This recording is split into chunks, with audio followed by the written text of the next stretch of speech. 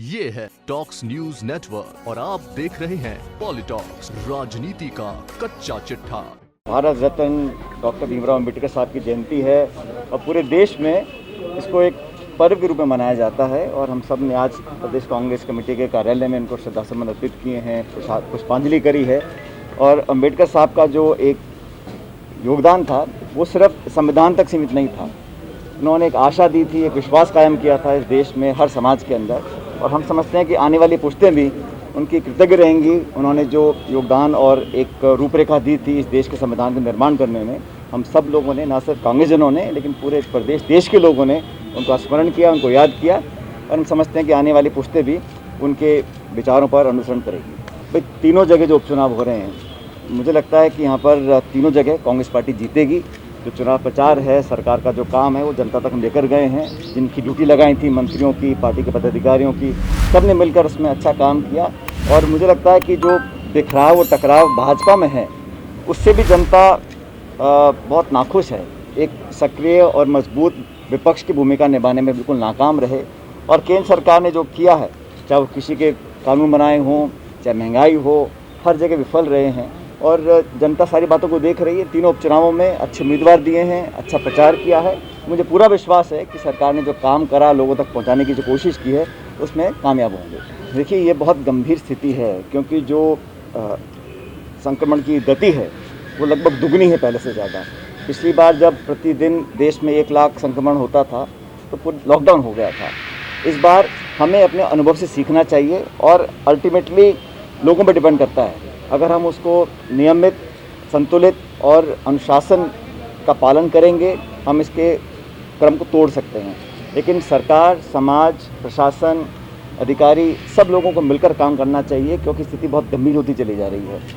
दिन प्रतिदिन लोगों के जहन से वो खौफ निकल गया है, लेकिन वो वायरस गया नहीं है और नए नए स्ट्रेन डेवलप हो रहे हैं जो म्यूटेट नहीं कर पा रहे हैं। तो सब लोगों को वैक्सीन मिलनी चाहिए। हम लोग पहले से कहते आ रहे हैं और मैंने कई दिन पहले भी कहा था कि जो आयु सीमा है या स्वास्थ्य की जो पाबंदियां लगाई गई हैं उसको हटाकर हर व्यक्ति को अपना वैक्सीनेशन कराने का अधिकार होना चाहिए। और केंद्र सरकार की जिम्मेदारी है कहीं कमियां ना आए और प्रत्येक व्यक्ति को वैक्सीन लगना चाहिए। ये आयु की लिमिट लगा रखी थी, फिर बीमारी की लगा रखी थी, और अभी कई राज्यों में तो वैक्सीनेशन ख़त्म हो रहे हैं।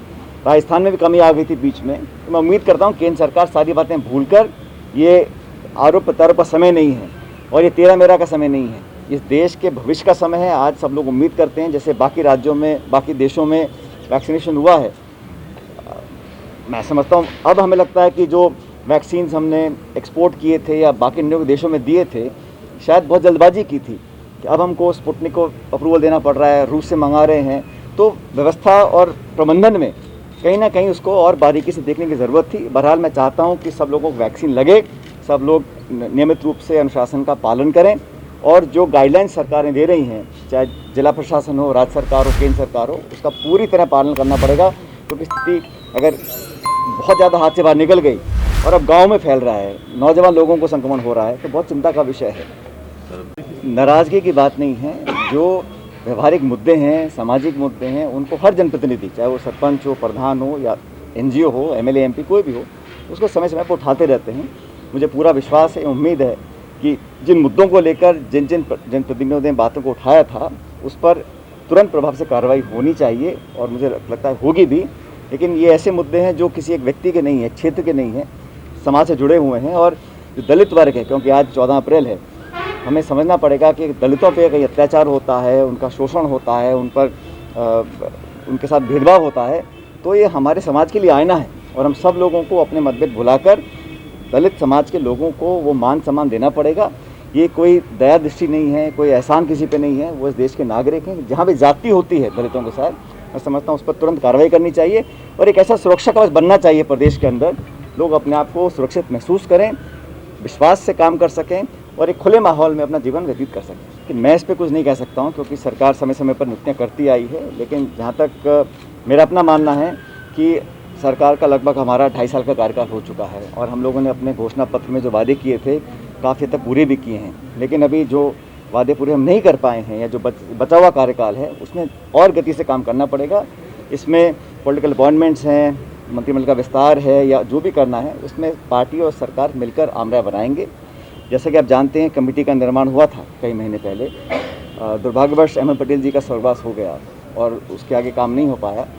मुझे विश्वास भी है, भरोसा भी है कि अब और ज़्यादा विलय नहीं होगा और जो चर्चाएं की थी, जो मुद्दे उठाए थे, जिन इश्यूज़ पर आम समिति बनी थी, उस पर तुरंत प्रभाव से कार्रवाई होनी चाहिए और होगी, ऐसा मुझे लगता है। मुझे सोनिया गांधी जी पर पूरा विश्वास है क्योंकि उनके आदेश से कमेटी बनी थी और कमेटी में 2 सदस्य हैं। अब उपचुनाव भी 2 दिन में ख़त्म हो जाएंगे और जो 5 राज्यों के चुनाव थे वो भी लगभग समाप्त हो चुके हैं। तो मुझे नहीं लगता कि अब कोई कारण होना चाहिए कि इस कमेटी के निर्णय और उनके आदेशों के क्रियान्वयन में कोई अधिक विलम्ब होगा। देखिए, ऐसा है, केंद्र सरकार एक रवैया अपनाती है बंगाल के लिए, एक रवैया है केरल के लिए और एक और रवैया है किसी और प्रदेश के लिए। ऐसा नहीं होना चाहिए। चुनाव देश में समानता से होने चाहिए। निर्वाचन आयोग एक कॉन्स्टिट्यूशनल बॉडी है, निष्पक्षता से चुनाव होने चाहिए। लेकिन कहीं ना कहीं विश्वास लोगों का बन नहीं पा रहा है। कुछ ऐसे कदम आते हैं, कुछ ऐसे निर्णय लिए जाते हैं। उदाहरण के तौर पर राजस्थान में 4 जगह सीट खाली थी, 3 पे चुनाव हो रहे हैं। इसका कोई जवाब नहीं दे पा रहा कि ऐसा क्यों किया गया। तो इन बातों से कहीं ना कहीं जनता के जहन में एक सवाल उठता है। लेकिन मैं समझता हूँ चुनाव निष्पक्ष होंगे और हमारी विपक्षी पार्टी को प्रशासन और सरकार पर विश्वास करना चाहिए। निर्वाचन आयोग सबके लिए है और पारदर्शी तरीके से चुनाव होने चाहिए, शांतिपूर्ण तरीके से होने चाहिए।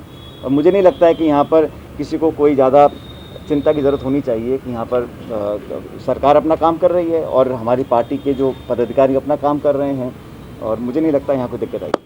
मुझे पार्टी ने असम कहा, मैं असम होकर आया, केरल कहा, मैं केरल 2 दिन लगा के आया, बंगाल जाने का प्रोग्राम आ रहा है। जब मुझे पार्टी ने कहा कि तीनों जगह हमें नामांकन के लिए जाना है, मैं उस समय तीनों जगह हम गए, मुख्यमंत्री जी भी गए, मैं भी गया, रैलियाँ करी, नामांकन भरवाया और जहाँ जहाँ पार्टी मुझे बोलती है, जब जब बोलती है, हमेशा मैं वहाँ जाता आया हूँ, जाता रहूँगा। ये है टॉक्स न्यूज नेटवर्क और आप देख रहे हैं पॉलिटॉक्स, राजनीति का कच्चा चिट्ठा।